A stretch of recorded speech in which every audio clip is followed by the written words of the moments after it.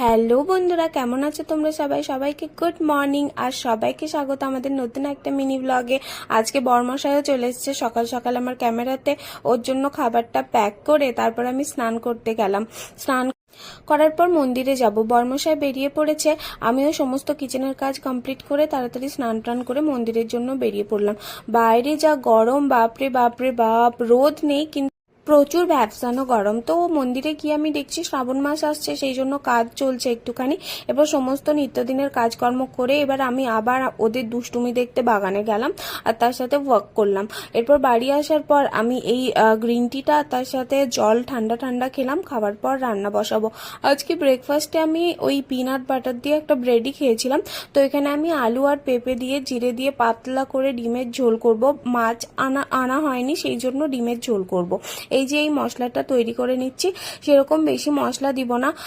এবার